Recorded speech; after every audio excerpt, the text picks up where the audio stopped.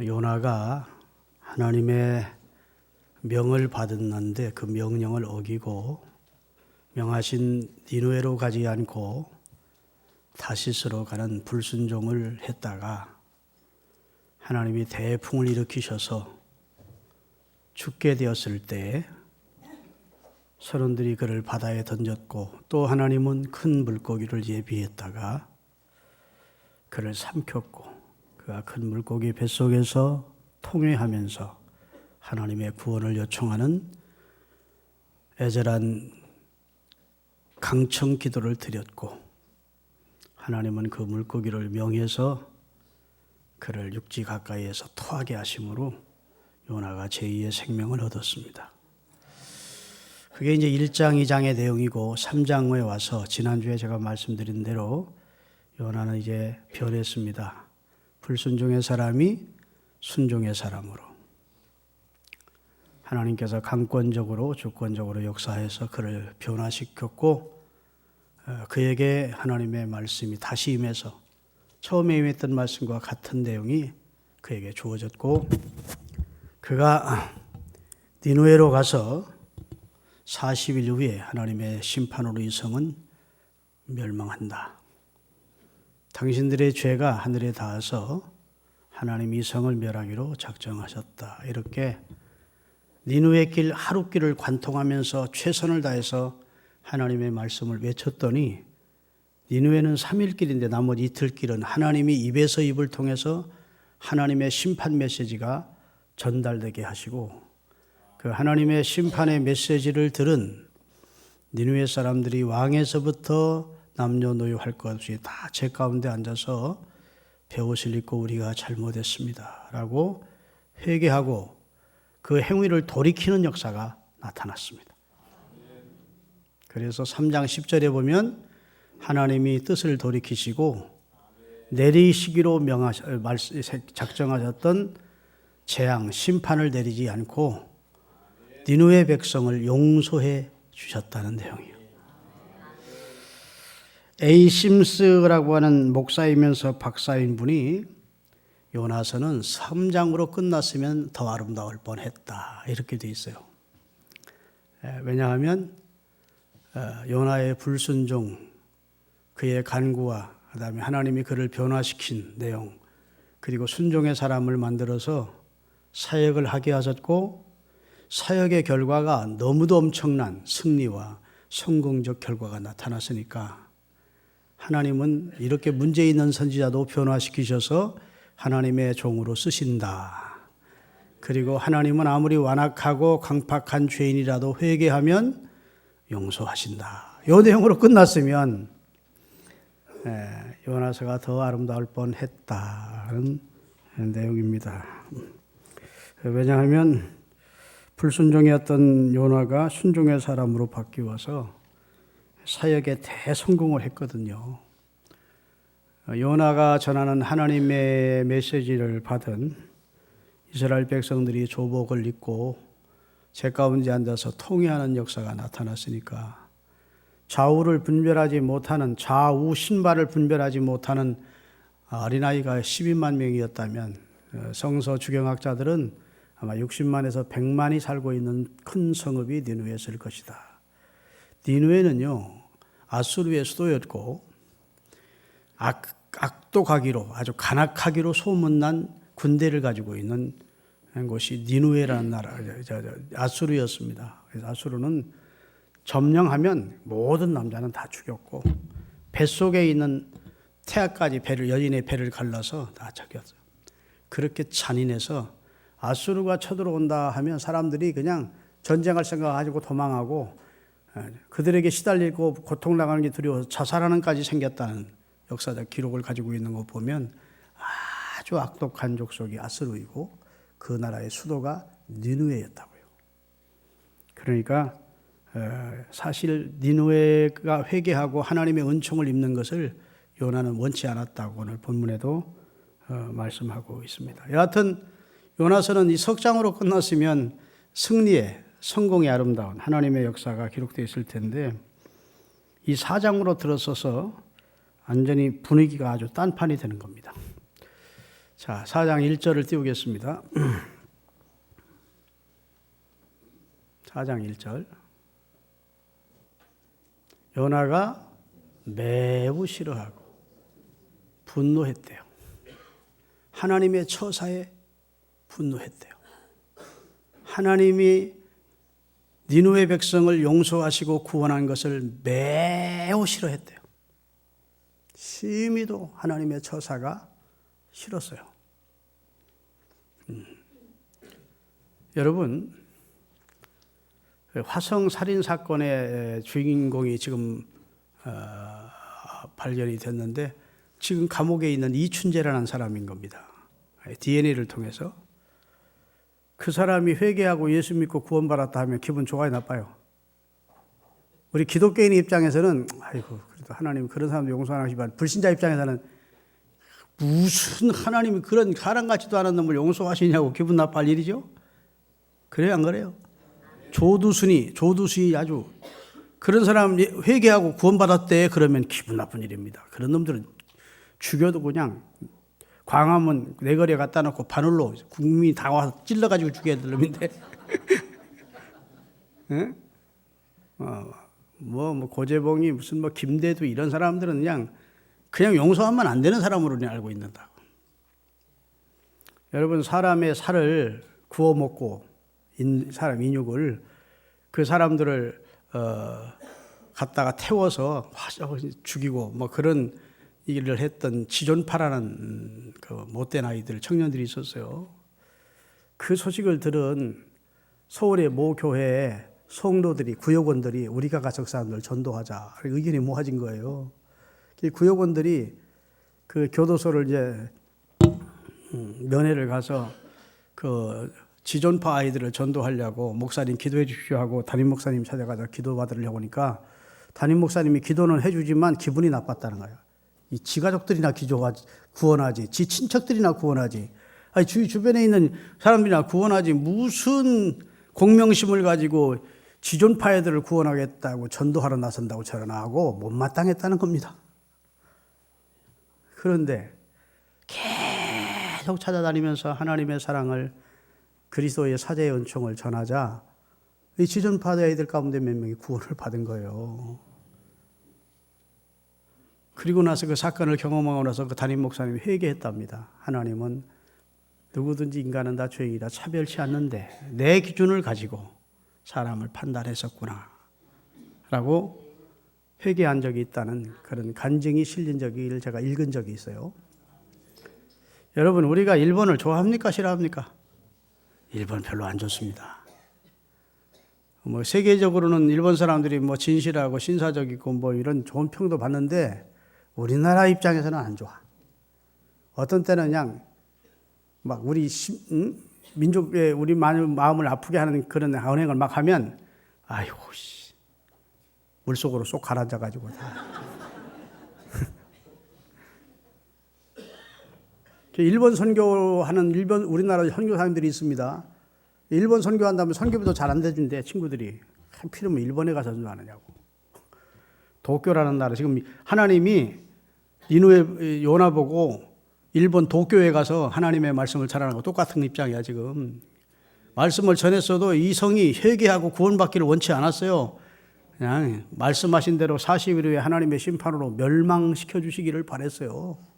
다시 말해 사랑이나 자비나 긍휼이나 영혼을 사랑하는 구령의 열정을 가지고 전한 게 아니었던 것 같아. 그런데 하나님이 니느웨 백성이 회개하니까 내가 그들의 죄를 탕감하고 용서해야 되겠다. 심판을 내리지 않겠다 했더니 막 짜증을 내고 싫어하고 하나님을 향해서 분노했대요. 여러분, 이게 도대체 무슨 이유예요? 왜 그러는 겁니까? 아니, 선지자라는 자가 따라합시다. 영혼의 소중함보다 민족 감정이 앞섰다. 민족에 대한 악감정이 앞선 거예요. 영혼 사랑하는 마음이 없었어요. 하나님이 가라니까 간 것이고 할 수 있는 대로 안 가려고 했는데 하나님 억지로 방향을 바꿔주시니까 안 갈 수 없어서 간 것이고 가서 전하라는 말씀 그대로 순종했고 궁극적으로는 자기가 40일 후에 이 성이 멸망한다 한 대로 40일 후에 하나님이 심판으로 그 성이 멸망해야 직성이 풀릴 뻔했어요. 그리고 자기가 체면에서 멸망하지 않으면 내 체면이 뭐가 되는 거야? 요나가 헛소리고 다녔구만. 그러지 않겠느냐는 겁니다. 지금 자기 체면도 그렇고 내 입장도 그렇고 하나님이 멸망시키고자 했으면 멸망을 시키셔야지. 왜 용서하십니까? 이런 입장이에요. 여러분, 사람이 참 간사한 것이 나는 복을 받아야 되고 너는 복 받으면 안 돼. 이런 교회나 노회나 무슨 사건이 생기면 잘 들으세요. 법을 주장하던 사람들이 법대로 해라. 그 사람들이 자기가 문제였다 걸리면 은혜로 봐주세요. 은혜로 해주세요. 그래. 나는 은혜로 해주시고 다른 놈들은 법으로 해달래. 율법으로 그러면 심판해야 되고 나는 은혜로 봐달래. 요나 입장에서 나는 바로 얼마 전에 그는 은혜를 입었습니다. 하나님의 명령을 불순종해서 하나님의 징계로 물고기 뱃속에 바닷속에 들어가고 물속에 뱃속에 들어가고 거기서 죽었어야 돼. 그런데 하나님이 은혜로 구원하시고 용서하셨습니다. 그리고 제2의 기회를 주셨어요. 자기가 받은 은혜는 까맣게 있는 거야. 얼마 전에 하나님은 죽을 마땅한 자기를 용서하셨고 구원하셨고 자기에게 다시 제2의 사명을 주셨는데 니느웨 놈들은 망해야 된다는 거야. 놈들은 다 심판을 받아야 된다. 2절을 읽어보면 더 이 선지자의 말이 참 이게 이런 사람이 선지자인가 싶은 거예요. 다 같이 읽겠습니다. 여호와께 기도하여 이르되 여호와야 내가 처음 주님으로부터 말씀을 받을 때 곧 고국에 있을 때에 이러하겠다고 말씀하지 아니하였나이까. 그러므로 내가 빨리 다시스로 도망하였사오니 주께서는 은혜로우시고 자비로우시고 노하기를 더디하시고 인애가 크시사 뜻을 돌이켜 재앙을 내리지 아니하시는 하나님인 줄 내가 알았기 때문에 이럴 줄 알고 내가 도망했던 겁니다. 하나님이 결국 나를 니느웨로 보내시는 것은 하나님의 궁극적인 뜻은 용서이고 구원이기 때문에 구원해 주시려고 나를 보내시는 것 같아서 내가 그래 안 간 겁니다. 그런데 하나님이 나를 굴복시켜서 결국 가게 하시더니 결국은 그 죄악의 도성 니느웨 백성들을 사하시겠단 말입니까? 하나님 그러실까 봐 내가 불순종했던 건데 진짜 이러시면 안 됩니다. 저놈들은 심판하셔야 됩니다. 여러분 기도만큼 아름다운 행위가 신앙인에게는 없지요. 신앙인이 기도하는 모습은 얼마나 경건하고 아름답습니까? 요나가 2절에 보면 기도하여 가로되 기도를 했는데 그 기도가 감사의 기도가 아니요. 불평하면서 싫어하면서 원망하면서 주둥이를 쭉 내밀고 막 이러는 것처럼 이러면 애들 뭘 시켜보면 막 주둥이 내밀어 놓고 막 불평하는 거 있죠. 막 그냥 샤대기를 한번 갈겨주고 싶을 때가 있잖아. 이 주둥이 내는 거. 왜 이러시냐는 거야. 심판하기로 했으면 심판하셔야지. 왜 저런 사람 같지도 않은 놈들에게 공유를 베푸냐는 거야. 이방인이 복을 받는 꼴을 나는 못 보겠다는 겁니다. 그래서 자기는 도망갔다는 거예요. 그리고 자기를 합리화하면서 3절은 더 안심스럽습니다. 3절 읽겠습니다. 여호와여 원하건대 이제 내 생명을 거두어 가소서. 사는 것이 죽는 것보다 죽는 것이 그렇게 하시려면 나 죽여주세요. 니느웨를 심판하지 않고 구원해 주시려면 내 생명을 취해 주세요. 나는 죽는 것이 낫습니다. 니느웨 백성을 죽이시든지 날 죽이시든지 둘 중에 하나를 하나님 택하세요. 그래서 이야 선지자가 이쯤 되면 참 고약한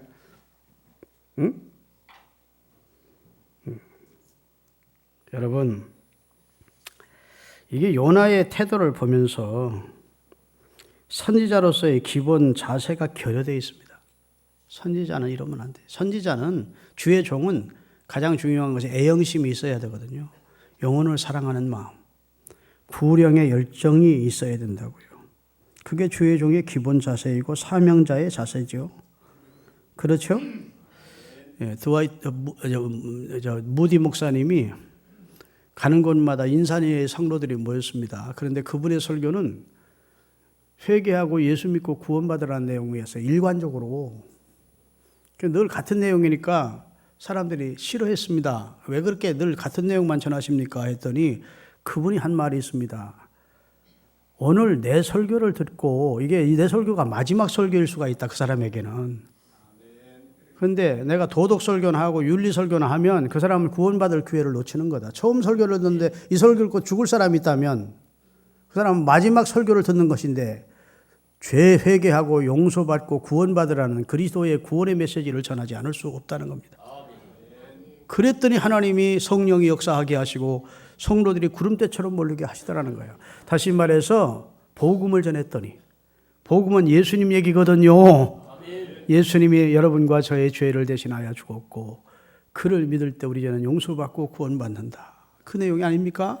그 간단한 내용인데 이 내용의 복음을 전하니까 하나님이 가장 기뻐하는 내용이니까 성령이 역사하시면서 수많은 사람이 회개하고 새롭게 되는 역사를 이루는 거죠. 근데 요나의 지금 설교는 무디처럼 구령의 열정에 불타는 마음으로 한 설교가 아니에요.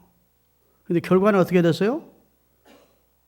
아니 베드로가 3,000명 설교할 때 한 3,000명이 회개했다고 이야 대단하다 그러는데 요나는 하루길 설교했는데 아니 장정까지 합하면 한 60만에서 100여만이 통회하고 회복하는 역사가 나타났어요. 오늘날 말하면 목회에 대성한 거예요.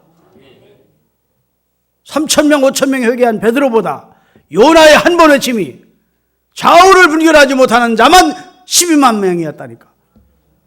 엄청나게 많은 사람들이 요나가 전하는 하나님의 메시지, 심판의 메시지를 듣고 회개하고 구원받았다고. 누구나 부러워야 될 사람입니다. 야, 요나 대단하다. 그런데 알고 보니까 요나는 문제성이 있는 사람이에요. 변한 게 별로 없어. 그런데 하나님이 이 사람을 들어서 쓰셨다. 나는 요나서 설교를 오늘 본문을 설교를 준비합니다. 위로받고 새 힘을 얻었습니다. 하나님은 이런 사람 통해서도 하나님의 메시지가 제대로 전달되면 역사를 하시는구나. 꼭 불타는 마음으로 영혼을 사랑하는 마음으로 베드로 같은 심령으로만 설교할 때 역사하는 게 아니고 하나님이 전하고자 하는 메시지를 메신저가 바로 전해주면 그 사람을 보지 않고 그 내용을 통해서 하나님은 역사를 하시는구나. 하나님은 구원할 자를 구원하시고 멸할 자를 멸하시는구나. 구원은 여호와께로 말미암는다 했으니 하나님이 니느웨를 구원하시기로 작정하셨고 요나를 보내셨고 그들이 회개하도록 성령의 감동을 주셨고 회개하자 구원하시는 거예요. 요나서 1장 마지막 절에 보면 구원은 여호와께로 말미암나이다 했는데 정말 여호와 하나님의 구원의 역사가 일어난 줄로 믿습니다. 여러분 이 요나를 보면 왜 자기 뜻대로 안 해주는 하는 거야. 자기 뜻대로. 내 뜻대로 안 해주시고 왜 하나님 뜻대로 하느냐는 거예요. 그리고 2절을 보면 내가라는 말을 거듭합니다. 2절 한번 다시 띄우세요. 내가라는 말이 나오면 마음으로 한번 세보십시오. 여호와께 기도하여 이르되 여호와여 내가 한번 해요. 고국에 있을 때 이러하겠다고 말씀하지 아니하였나이까. 그러므로 내가 빨리 다시스로 도망하였사오니 주께서는 은혜로우시며 자비로우시며 노하기를 더디하니 이내가 그 시자 뜻을 돌이켜 재앙을 내리 아니냐 하나님이신지를 내가 알았기 때문에 내가 여러분 이 요나가 참 하나님이 어떤 분이신지는 정확히 알았는데 은혜롭고 자비롭고 노하기를 더디어 이내와 사랑이 풍성하신 분이는데 하나님의 마음은 아니었던 거예요. 하나님을 알기만 할 것뿐 아니라 하나님의 마음도 가져야 되는데 여러분 이 세상에서 가장 긴 여행이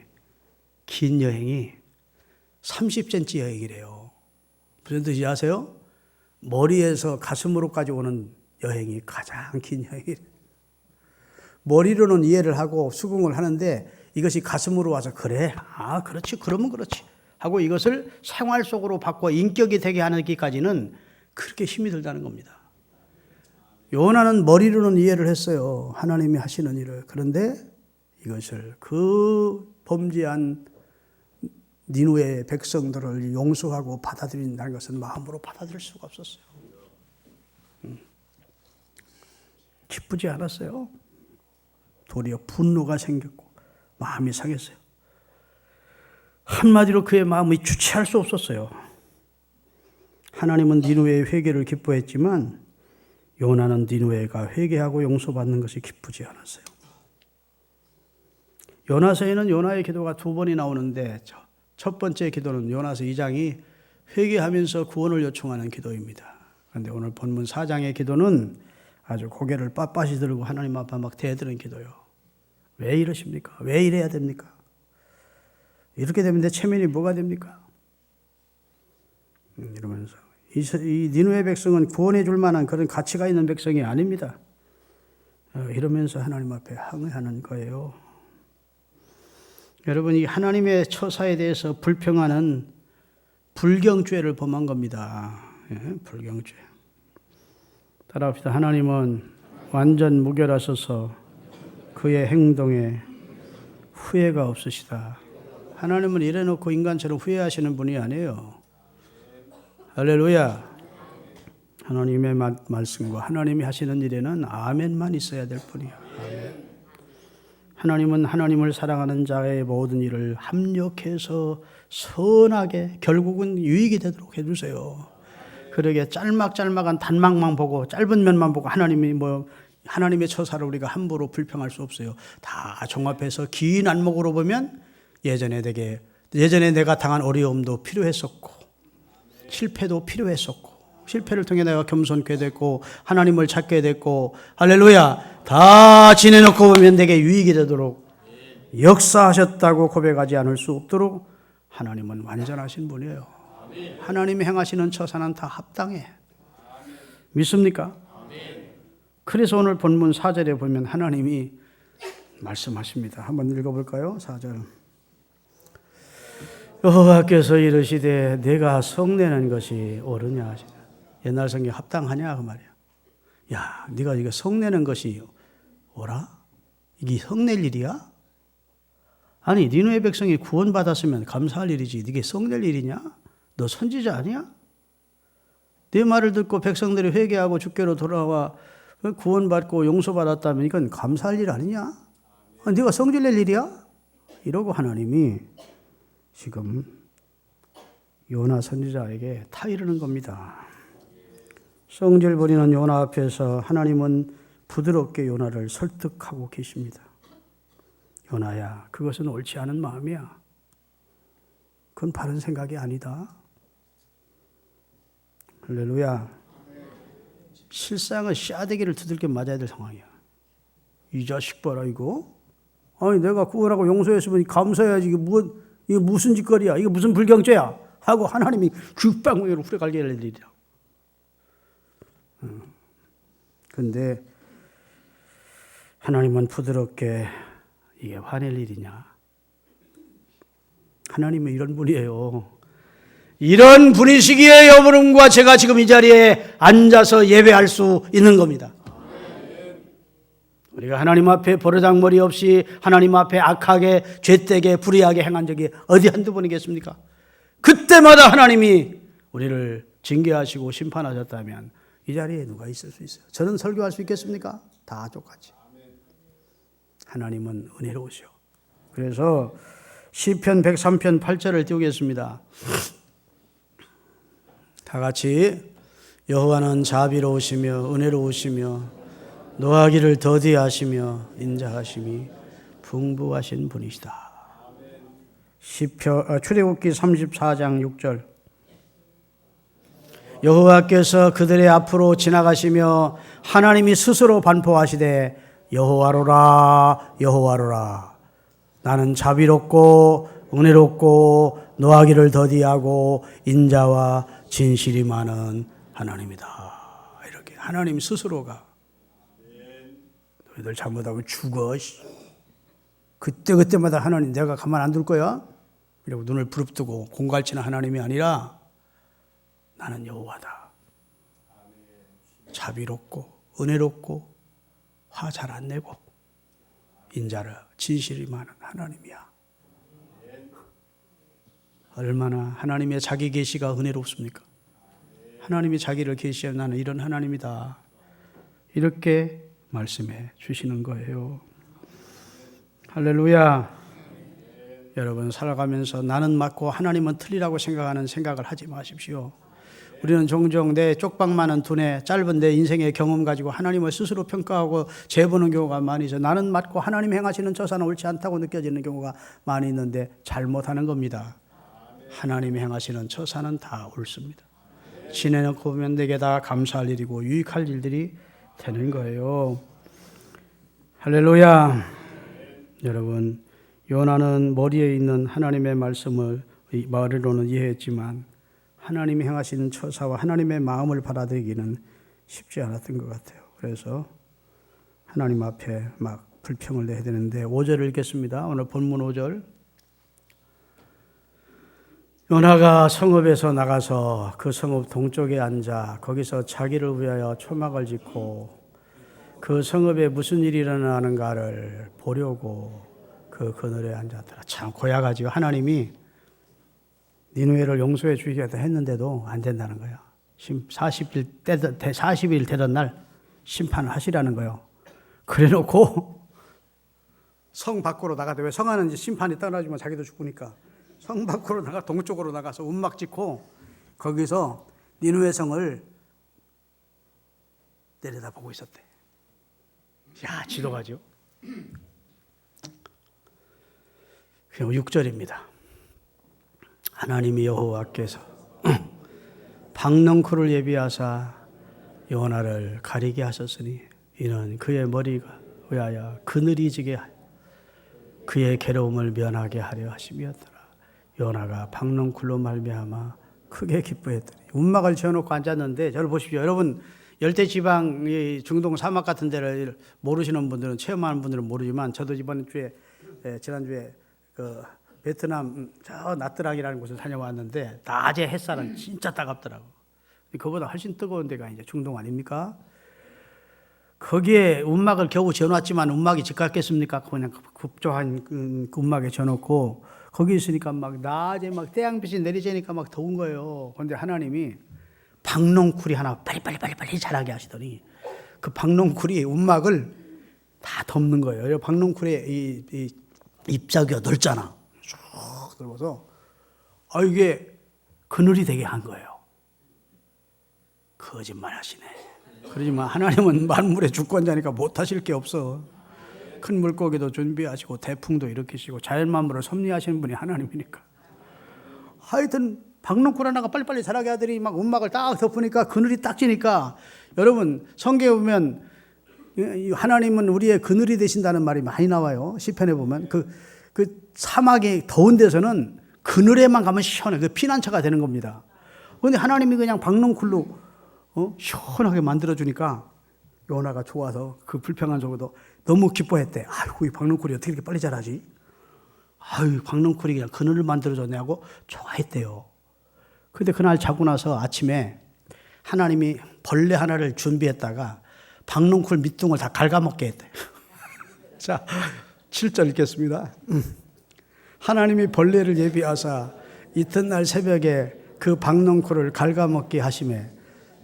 여러분 밑둥에 생명의 근원이 끊겼으니까 금방 시들어버리죠. 그 정도만 하는 게 아니라 하나님이 아주 연출을 더 심하게 하시는데 동풍을 불게 했대. 뜨거운 태양을 해서 해가 뜰 때 하나님이 뜨거운 동풍을 예비하셨고 해는 요나의 머리에를 내려 쬐매 요나가 정신이 혼미할 정도로 뜨거워서 그러니까 짜증이 날까요 안 날까요? 에? 사람이 뜨겁고 막 너무 열나면 짜증나. 보면 끈적끈적하고. 그러니까 그렇지 않아도 하나님의 처사가 불만인데 그냥 뜨거워 죽겠으니까 막 동풍의 바람이 뜨거운 바람이 몰아서 막 숨을 쉴 수 없을 정도로 혼미하게 되니까 요나가 짜증을 부리는 거예요.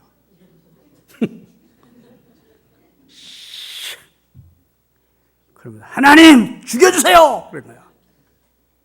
요나가 혼미하여 스스로 죽기를 구하여 이러되 사는 것보다 죽는 것이 낫겠습니다. 하나님 죽여주세요. 그런 거야. 이야. 그랬더니 하나님 9절에 또 설득하십니다. 9절. 하나님이 원하게 이르시되 내가 이 박넝쿨로 말미암아 썩내는 것이 옳으냐? 너 박넝쿨하고 너하고 무슨 상관 있어? 네가 심었어? 네가 물 한 컵이라도 주었어? 네가 재배했어? 너하고 아무 관계 없는 거 아니냐? 그런데 네가 박넝쿨을 그렇게 아끼냐? 다시 말해, 다시 읽겠습니다. 하나님이 원하게 이르시되 네가 이 박넝쿨로 말미암아 썩내는 것이 어찌 옳으냐? 그가 대답하기를 내가 썩내어 죽기까지 할지라도 내가 화내는 것이 야 요나 보통 놈이 아닌 것 같아요. 요새요 유튜브에 들어가 보면 기장 군수가 사과하십시오 의원들한테 군 의원한테 사과하십시오 100번을 외쳤대. 그래서 사과 상자 100개 500개 이라서 그 사람도 대단하대. 요나가 비슷한 성격 가진 사람 같아. 죽어도 내가 썩내는 것이 옳대. 화낼 만하니까 화내는 거 아닙니까? 이런 거요. 하나님 앞에. 야, 네가 박넝쿨을 심었어, 길렀어. 너 수고도 안 했고, 네가 심지도 않은 그 박넝쿨 하나 죽은 걸 그렇게 아깝게 여기느냐? 하시면서 하신 말씀입니다. 10절. 여호와께서 이르시되 네가 수고도 아니하였고 재배도 아니하였고 하룻밤에 났다가 하룻밤에 말라가린 미물에 지나지 않는 이 식물의 생명도 아꼈다면 하물며 저 큰 성읍 니느웨에 사는 좌우를 분별하지 못하는 사람 어린아이만도 12만 명이요 가축도 많은데 그 사람들의 생명을 내가 아끼는 것이 마땅치 않냐? 박넝쿨 하나가 귀해 천하보다 귀한 생명이 귀해 말이에요. 사람은 하나님의 형상을 닮은 천하보다 귀한 존재인데 아무리 죄인이라도 그 죄인들이 수십만을 멸망시키는 것이 내 뜻이겠냐? 너는 어떻게 내 박넝쿨에는 관심이 없고 네 박넝쿨만 관심이 있냐? 말이에요. 우리가 예수 믿는다 하면서 사명 감당하면서 실상은 다 거의 내 뜻대로입니다. 내 뜻대로. 주 뜻대로 한다면서 실상은 거의 내 뜻대로 하는 거예요. 교회가 어느 때가 가장 긴장이 되느냐? 교회 중직자 투표할 때입니다. 예배당 지을 때와 중직자 투표할 때가 시험이 제일 많아요. 중직자를 투표할 때 자기 뜻대로 안 되면, 자기 기대대로 안 되면 협박도 하고 공갈도 하고 나 딴 교회로 가겠다는 거야. 내 교회에 충성했는데 이럴 수가 없다는 거야. 목사님이 나를 배제시킨 거 아니냐는 거야. 난 억울하게 그지없지. 나 아무 관계도 안 하고 성도들이 결정했는데 목사님이 뒤에서 다 조정한 거 아닙니까? 그러면서 교회가 시험거리가 되는 교회들이 많아요. 내가 충성했다는 거예요. 내가 헌신했다는 거예요. 내가 이 교회 공로자라는 거예요.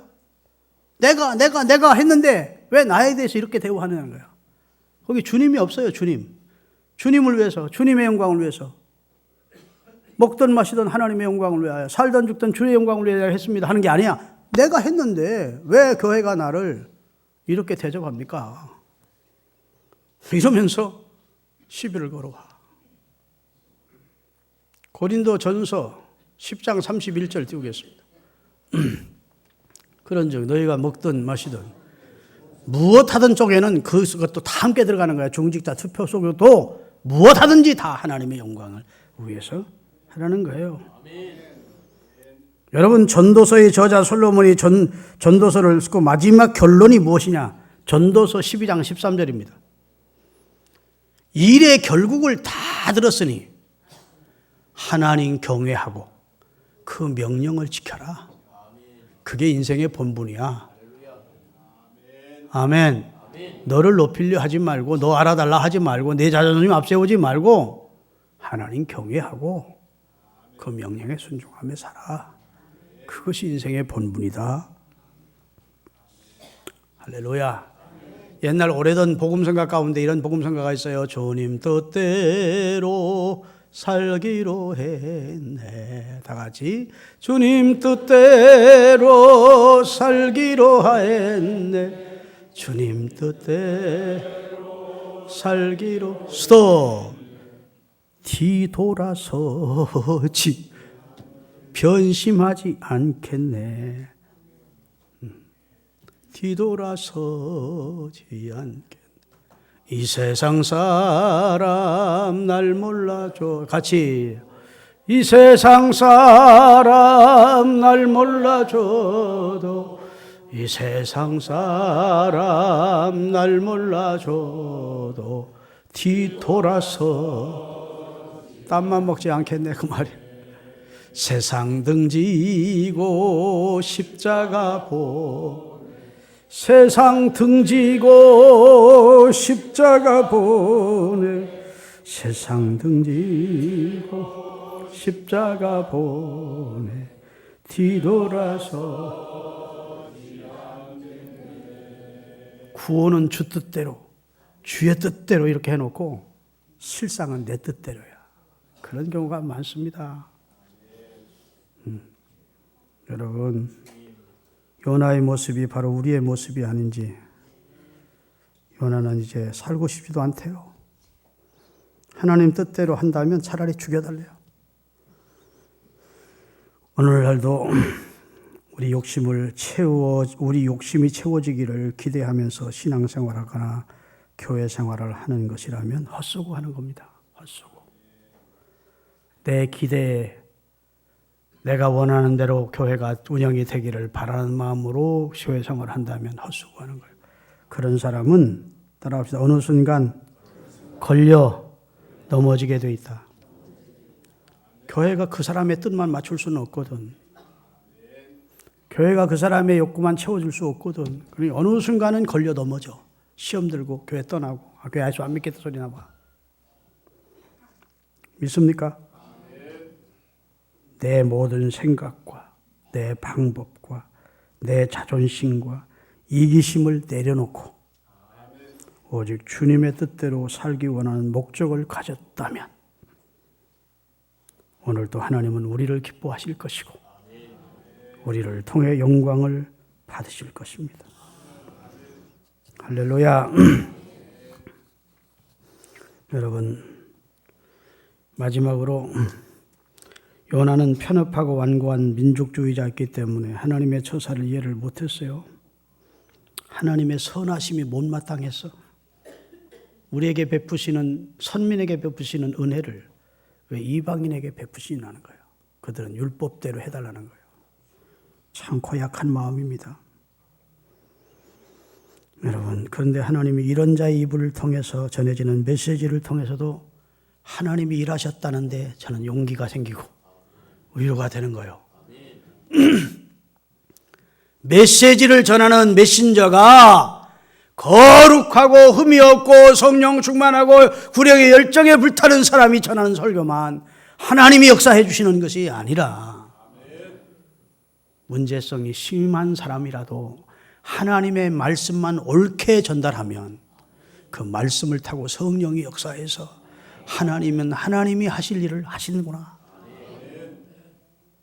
내가 사람을 함부로 판단하면 안 되는구나. 여러분, 주의 종들은 다 하나님 앞에 자신이 없는 사람들입니다. 나는 나만 자신이 없는 줄 알고 하나님 앞에 너무 허물이 많아서 죄인이고 내가 부족하고 그랬더니 목사님들이 다 그래. 나도 그렇습니다. 사실이야. 여러분 제가 하는 행동의 10%만 여러분이 안다면 저 존경하거나 저 따르려고 우리 교회 다 떠납니다. 저뿐 아니라 다른 목사님들도 그분이 행하는 일에 10%만 공개된다면 이 세상에 설 자가 누가 있어요? 있습니까? 없습니까? 없습니다. 그래서 하나님은 우리의 도덕적이나 윤리적인 그것보다도 자기가 죄인임을 인정하고 니느웨 백성처럼 하나님 저는 죄인입니다. 잘못했습니다. 용서해 주세요. 하고 돌아오면 용서하시고 은혜를 베푸시는 하나님이 세상을 이처럼 사랑하사 독생자를 주셨으니 이는 저를 믿는 자마다 멸망치 않고 영생을 얻게 하려 하심이라. 하나님이 그 아들을 세상에 보내신 것은 세상을 심판하려 하심이 아니요 저로 말미암아 세상을 구원해 주고 싶어서이다 라고 말씀해 주셨어요. 마지막으로 요나서 4장이 왜 기록됐느냐? 따라합시다. 하나님을 바로 하려고, 하나님의 마음을 헤아리라고. 여러분, 성경은 하나님을 우리에게 하나님이 어떤 분인지를 알려주는 책이 성경이거든요. 근데 만약 요나서 4장이 기록되지 않았다면 하나님이 얼마나 자비와 긍휼이 많으신 분인지, 그리고 허물 많은 선지자라고 해서 얼마나 설득시키고 바르게 해서 사용하시는지, 참 은혜로우신 하나님인지 4장이 없었다면 어떻게 알 수 있겠어요? 오늘 종교개혁 502주년 기념주일입니다. 하나님의 말씀이 여러분과 저를 살리고 치료하고 새롭게 하고 강건케 하고 하나님의 말씀 안에 사는 우리 성도들이 될 수 있기를 바랍니다.